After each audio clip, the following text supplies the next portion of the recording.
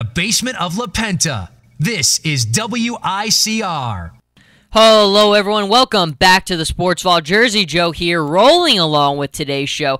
Has been so many good things. I mean, it's always difficult when the NFL comes around because I always want to say something about everything I see.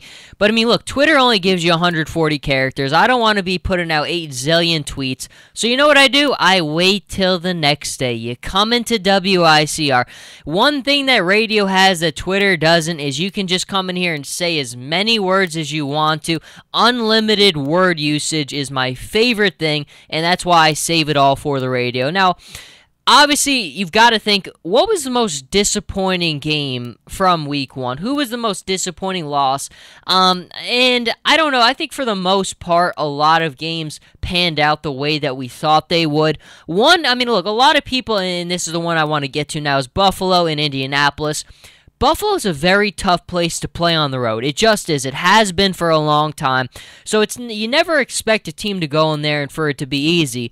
But I think for a team like the Indianapolis Colts, who we have such high expectations for with how good Andrew Luck is, for them to lose this game Week 1 the way that they did, I think if you had to single out the most disappointing performance in Week 1, it's probably the Colts, especially with the big question mark, the glaring question mark that the Bills had at quarterback. And look, was Tyrod Taylor bad? No, he wasn't. I mean, Tyrod Taylor played a good game, 14 of 19, 195 yards, 1 touchdown. The bomb that he threw, I think it was a 50-something yard bomb to Percy Harvin, was really a beauty.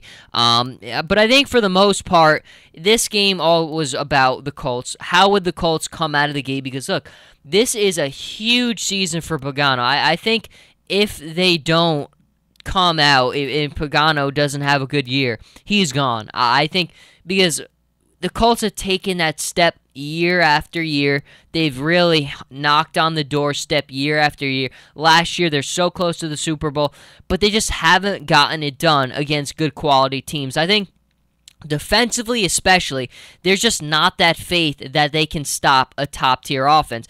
I still don't believe in it. I still believe that this roster is a far way away from winning a Super Bowl. I think Andrew Luck is as good as we've ever seen, but again, I look around this roster and I don't think that it's in position. I felt that way all along, but it is very disappointing. I mean, having this one losing the way that they did Week 1 against the Bills. And it was that offense. That offense stalled for a long, long time in this game, and you never felt like they really got their foot on the gas pedal and could really get into that vibe that they wanted to. So the Colts really disappointing with that one. But again, a lot of people did like Buffalo here. It's a tough way to start your season. The Colts get the Jets next week, and that's going to be a tough game as well.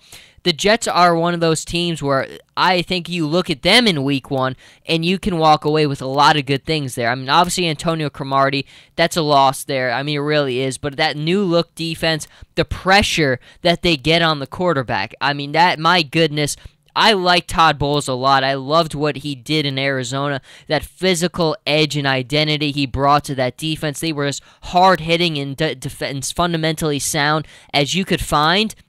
He's translating that to this New York Jets team. For a team that already had a lot of playmakers, they shored up a lot of the weaknesses they had on that defensive side, and that defense looked very, very good. And I like their offense.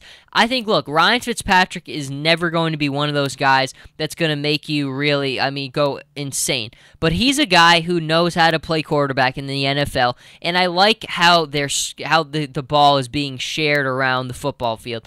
Brandon Marshall has a touchdown pass. Eric Decker has a touchdown pass. Ivory ran the ball well. This has the makings to be a very good season for the New York Jets. I mean, when you look all around the AFC East, I mean, every team won. The Dolphins beat the Redskins, the Bills beat the Colts, the Pats beat the Steelers, the Jets, they get it done against the Browns. Every team won, and all of those teams kind of clearly came out Week 1 and made a statement, I feel like, with their wins. I mean, the Patriots, Tom Brady makes the statement with everything that happened with him in the offseason, with the suspension, with the Deflategate. He comes out and responds, beats the Steelers big. Buffalo beats a team that a lot of people love for the Super Bowl this year in the Indianapolis Colts. The Jets, look, it's the Cleveland Browns who are, to be quite honest, a dumpster fire this year, especially offensively, but they nonetheless get the win, show a lot of things that we wanted to see from them defensively. Offensively, they look more competent than they have in a couple years. And then you look at the Dolphins. They do stall for a while out of the gate, but again, winning is winning in the National Football League, and you'll take the way that you do it at any price. But it's very interesting. I mean, I guess if you had to pick out the other disappointing, and I don't know if you'd say disappointing, obviously the Rams are a very good football team. They really are. But in them getting a win against Seattle week 1, it was huge for them. But I mean, look, it's one of those things where, again, Pete Carroll gets the criticism, and is it right? I mean, I think it's a matter of perspective. Him going for that onside kick to start the overtime. If they get it, everybody's like, look at the guts that he had. Unfortunately, it did not go his way, and they lose that game. But again, and then the Marshawn Lynch not being able to get off the ground. The Rams' defense up front is very big. I mean, they really have one of the best defensive lines in the NFL. And I don't know if I'm willing to say that this one is a disappointment, because the Rams are a very good football team. They have a very good roster. A lot of good pieces, especially defensively. A lot of the people just question, what is Nick Foles going to do? How will he fit into that offense? And I think for the most part, you've got to look at what he did there and think that it's pretty good. When Todd Gurley comes back, if they can get a consistent running game, you never know, because this is a roster with a lot of talent. We've seen that evolution a lot in the NFC West. With the Cardinals, they didn't have a quarterback for a while, but they had a lot of good talent. And finally, when the Bruce Arians came in, he was able to put it all together. We saw with the 49ers, down for a while, but they had a lot of talent on the roster. Harbaugh comes in, look what he did there. The Seahawks slowly kept building talent. Pete Carroll comes to town, they draft Russell Wilson, they draft all those other defensive players, and you look at what they did. I think it's just kind of the identity of that NFC West and what the evolution of the teams is. But clearly, again, as I started out this segment, I think if you kind of had to pick out one that was the most disappointing, it's the Colts. It's a tough place to play on the road week 1, but I think you're definitely expecting more. This is a game where, with the Colts kind of being in Andrew Luck's 4th season, this is kind of the evolution you start to need to see.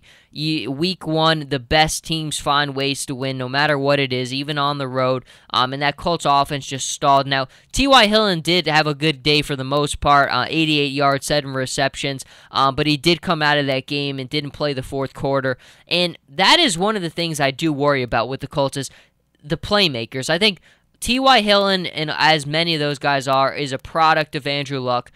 He's a good wide receiver, but he is a product of Andrew Luck. Dante Moncrief, again, is a young guy. Dorsett, young guy. A lot of young guys. And Andre Johnson is kind of the outlier. One of the best receivers we've had in the game for a long time. But again, he's old. He's had a lot of injuries throughout his career. I don't know how dependable and sustainable for the season he is. Same thing with Frank Gore. How much can you really depend on him the entire year? An older running back who's had a lot of miles on his tires. How sustainable and durable will he be? And defensively, there's just too many questions for me. I just think there's not enough consistent playmakers on the defense, especially when they're playing against the better teams, giving up the big plays, as we saw. I mean, you saw, I think, kind of highlighted by that Tyrod Taylor bomb to Percy Harvin.